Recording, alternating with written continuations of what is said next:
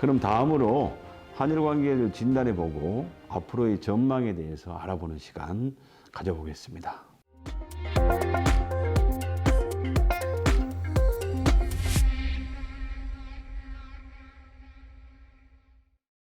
교수님께서는 현재 한일 관계에 대해서 어떻게 진단하고 계신가요? 2023년 들어서 정말 한일 관계는 상당히 긍정적으로 변화하고 있다라고 볼 수 있겠습니다. 최근에 그 한국의 민간 연구소인 동아시아 연구원 그리고 일본에서 갤론 MPO 제11회 한일 국민 상호 인식조사 결과를 발표를 했거든요.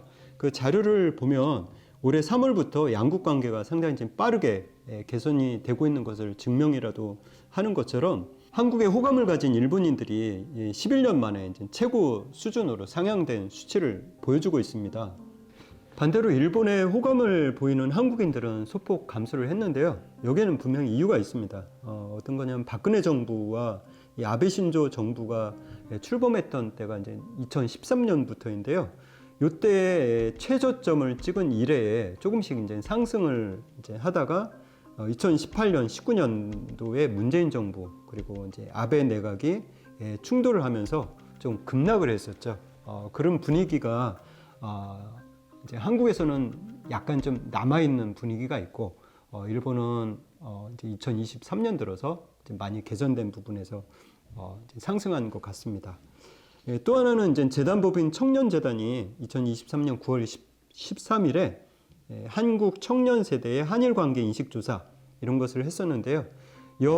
이 결과에서도 보면은 50%가 넘게 한일 간의 관계 개선을 지지하는 이런 의견을 보이고 있습니다.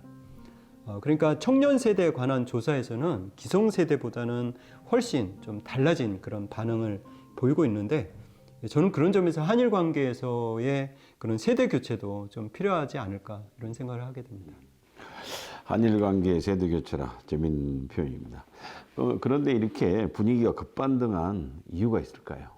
여러 가지 이유가 있겠지만 한국에서도 이제 윤석열 정부가 새롭게 등장을 했고요. 또 일본에서도 기시다 후미오 내각이 등장을 하면서 양국의 정치 성향도 비슷하고 또 같은 이제 보수적인 그런 정치 성향을 가지고 있기 때문에 뭐 외교나 안보 또 국제사회를 바라보는 시각 등에서 동조화 경향이 상당히 이제 두드러지게 나타나고 있고요.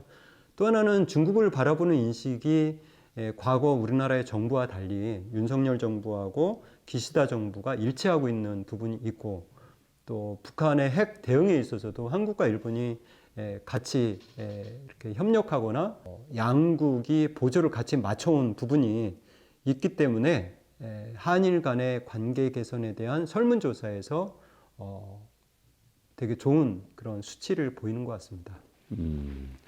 지금 말씀해 주신 부분에 대해서 조금 더 추가 설명이 있었으면 합니다. 좀 부탁드립니다. 한일 국민의 상호 인식이 혐오에서 지금 이제 우호로 개선된 요인은 여러 가지 있겠지만 한 3가지 정도로 요약을 해서 좀 말씀을 드리고 싶습니다. 첫 번째는 이제 정부 간의 과잉 대응으로 인해서 손실을 봤다라는 거예요. 이제 2019년도에 일본의 수출 규제를 통해서 한일 간의 관계가 악화됐었는데요. 그때 당시를 한번 되돌아보면 일본이 한국에 수출 규제를 한 것은 3개 품목이거든요. 단지 3개 품목입니다. 포토레지스트, 불화수소, 폴리이미드입니다. 이 3개의 품목을 반도체 디스플레이에 관련된 이 3개 품목을 수출 규제를 했을 때에 일본이 이 수출 규제를 한 목적은 한국을 실질적으로 압박하려고 했던 목적이 있었죠. 근데 결과적으로는 한국에 실질적으로 압박한 그 정도가 약하고요. 반대로 한국도 마찬가지입니다. 일본이 수출 규제를 했을 때 우리가 그렇다면 뭐 수출 다변화를 통해서 또 기술 개발을 통해서 일본의 수출 규제를 극복해 나가겠다라고 했지만 이게 단기간 안에 기술 개발을 하거나 또 수출 다변화를 가져오지 못했기 때문에 양국이 다 루즈 게임에 들어갔다라는 거죠.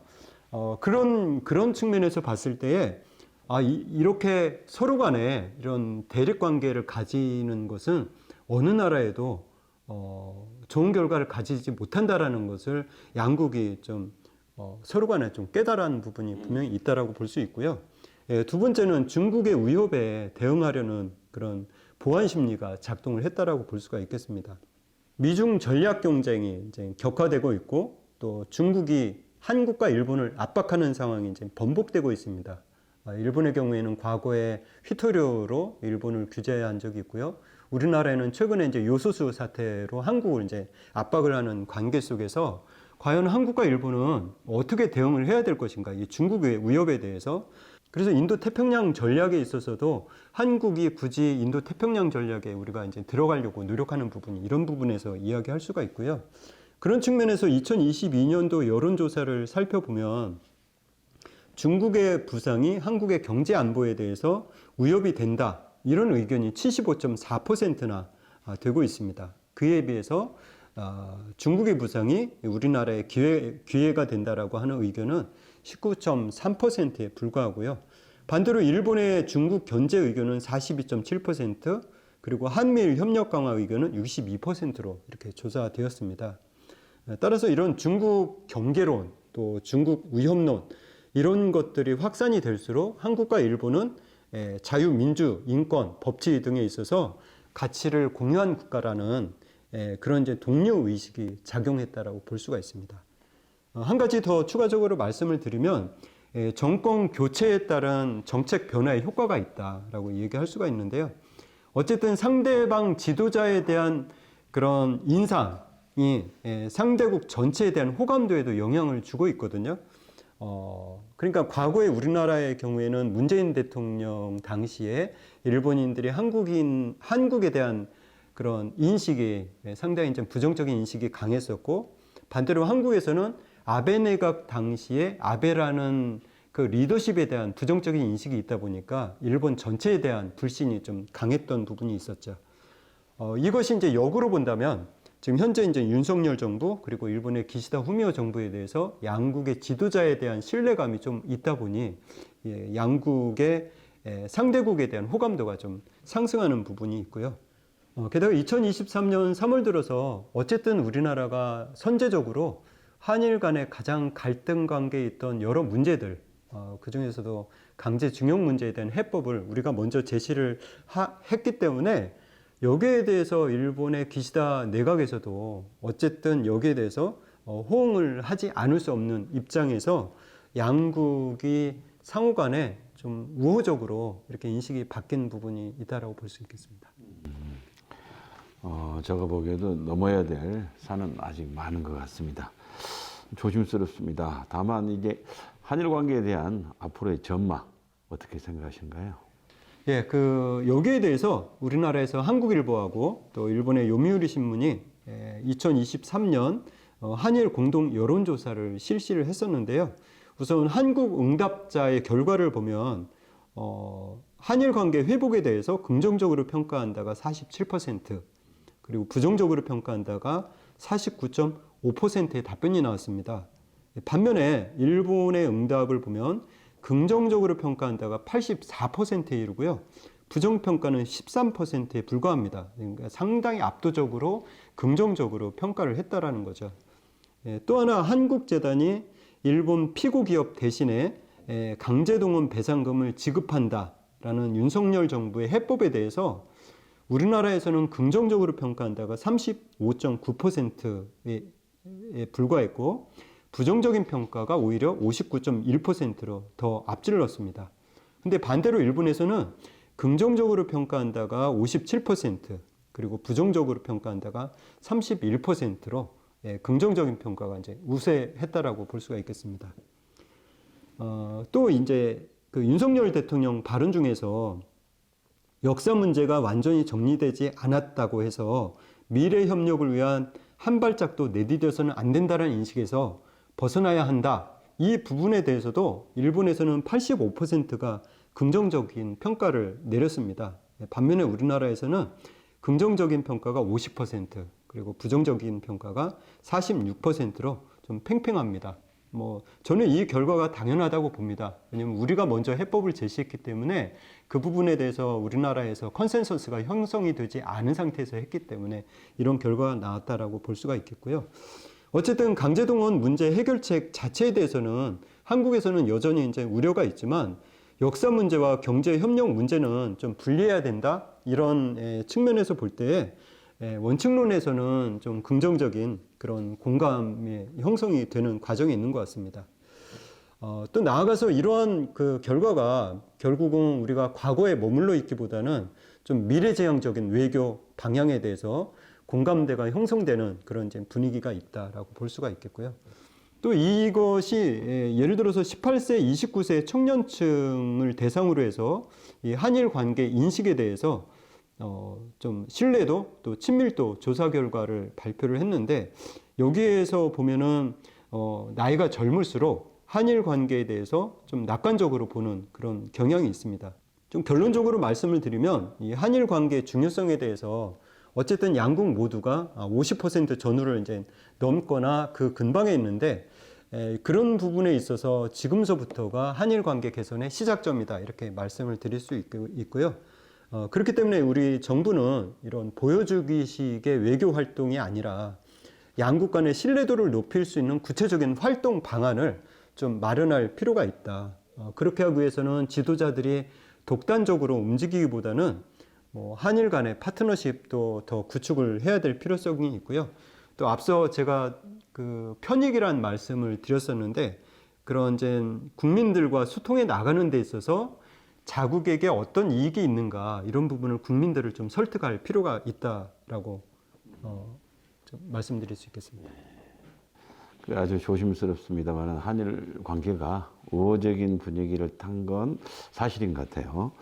근데 이제 그런 만큼 시작 단계에서부터 찬물을 끼얹거나 또 되지 않도록 노력을 해야 되겠다 하는 생각이 듭니다.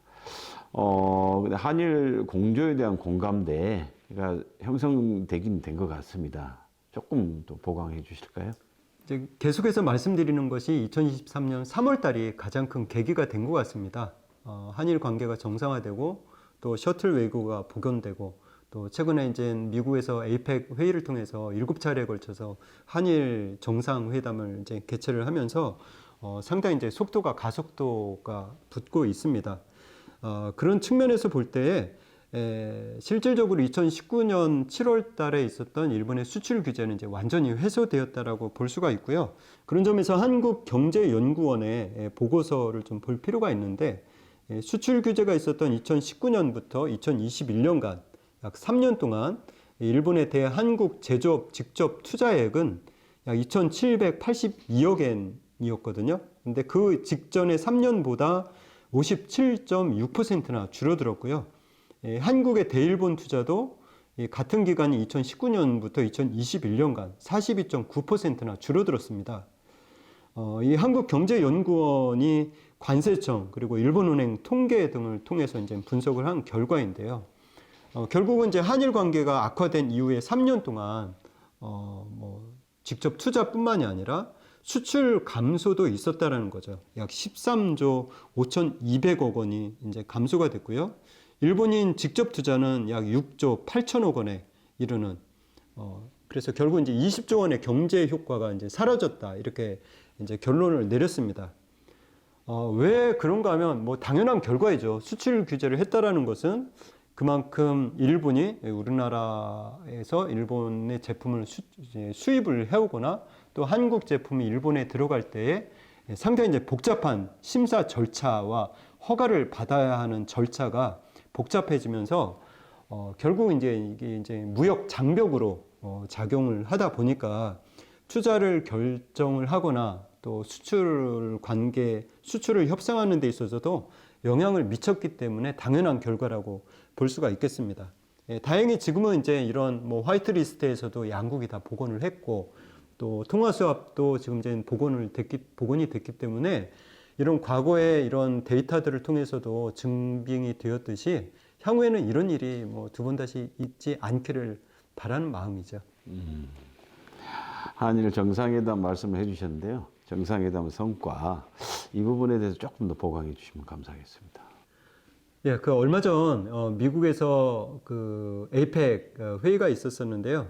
그때에도 미 스탠포드 대학에서 한일 정상이 이 공급망 관련해서 강연을 한 적이 있습니다. 그것은 무슨 얘기냐면 이 반도체를 중심으로 한 공급망 구축이 정말 중요하다라는 거죠. 그래서 한일 간의 협력이 필요한 부분인데요.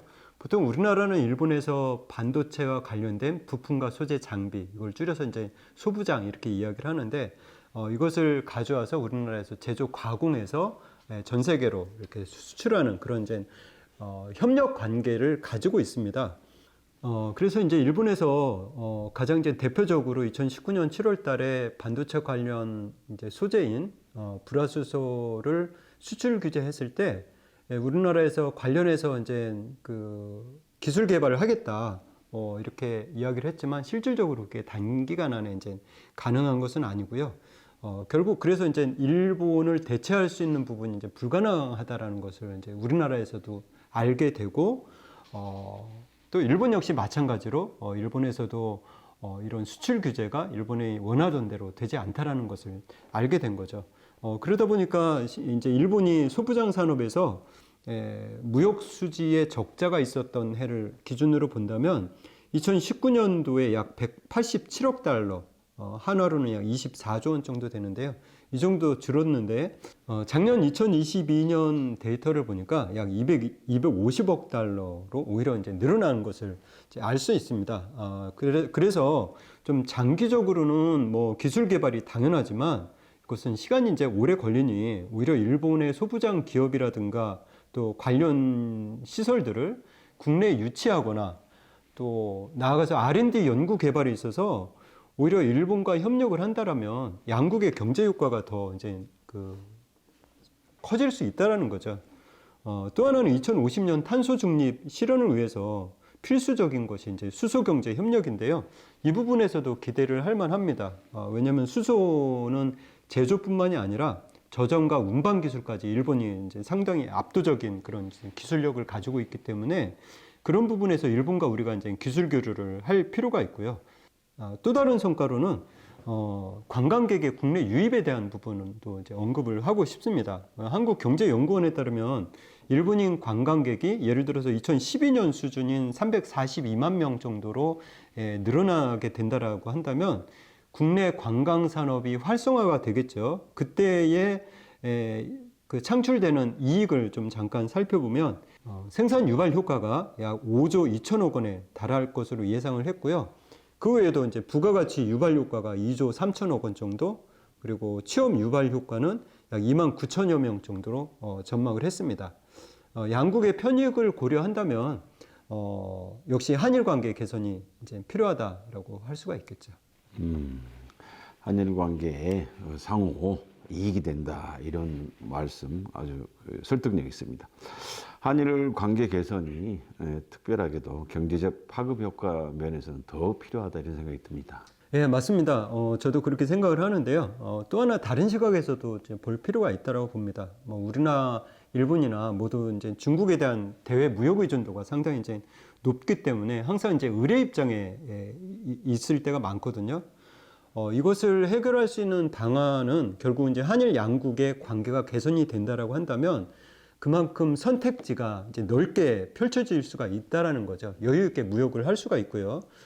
대한상공회의소가 제시한 자료를 보니 한일 관계 개선으로 국내 수출 구조가 수출 규제 이전이었던 2017년에서 2018년 수준으로 복원이 된다라고 한다면 연간 수출액이 약 26억 9천만 달러 증가할 것이다. 이렇게 예상을 하고 있고요. 예상 품목별로 보면은 철강이라든가 석유 제품, 가전, 자동차 부품 이런 것들이 수혜를 입을 것으로 전망을 했습니다. 그러니까 결국은 이제 정치나 외교 문제로 또다시 경제까지 이렇게 불똥이 튀지 않도록 한일 간의 상호 신뢰 관계를 형성을 하고 이런 부분이 상당히 이제 중요하다라고 할 수가 있겠죠. 한일 협력으로 얻을 수 있는 성과랄지 경제 효과가 크다 그렇게 말씀해 주셨습니다. 그러기 위해서는 역시 양국이 신뢰부터 쌓아야 한다 이렇게 또 그 말씀도 하셨는데 양국의 이제 상호 의존도가 높아진다는 것은 어느 순간 잘못하면 무기로 변할 수도 있고 우리의 생존을 위협할 수도 있다 이런 생각이 있기 때문에 양국의 상호 신뢰 그게 더욱 중요하다 이렇게 말씀하신 것 같아요. 네, 맞습니다. 그리고 이웃 국가가 잘 산다라는 것은 우리에게도 상당히 도움입니다. 왜냐하면 이웃 국가를 통해서 뭐 경쟁 관계도 같지만 사실 이제 상당히 이제 동기 유발도 되거든요. 아니요, 우리 이웃이 잘 살면 저한테도 혜택이 들어오는 것처럼 국가 간의 관계도 그런 것 같습니다. 그래서 그렇게 하기 위해서는 역시 가장 중요한 것은 상호 신뢰 관계가 회복되는 것이 필요하다고 할 수가 있겠죠. 역시 그러기 위해서는 이제 양국, 일본 경제인들도 상당히 밀접하게 움직이고 있는 것 같은데 거기에 대해서 어떻게? 예, 뭐 일본의 대표적인 이제 경제 단체가 이제 그 K단連이죠. 경단령 경제단체 연합회가 있고 우리나라에서는 완전히 복원된 것은 아니지만 전경련이 있습니다. 그래서 어쨌든 이제 올해의 양국 관계가 회복이 되면서 이 일본의 K단連그리고 한국의 전경련이 5월 16일 날 이제 한 자리에 모여서 양국이 경제 협력을 했을 때 시너지 효과가 있으니 경제 협력을 하자 이렇게 이야기를 했고요. 실질적으로 그런 케이스가 많이 나타나고 있습니다.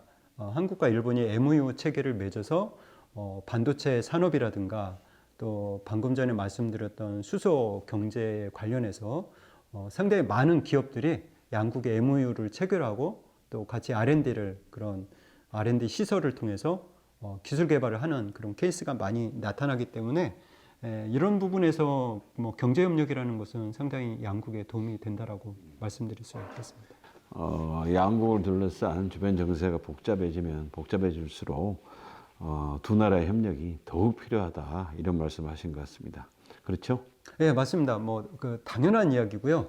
오히려 제가 좀 한 가지 좀 더 여쭙고 싶은 게 있는데 혹시 일본 애니메이션 중에서 올해 개봉된 영화 중에서 본 것이 있을까요? 있습니다. 슬램덩크도 봤고, 그 다음에 스즈메 문단속도 봤고, 그 다음에 그대들은 어떻게 살 것인가도 봤습니다.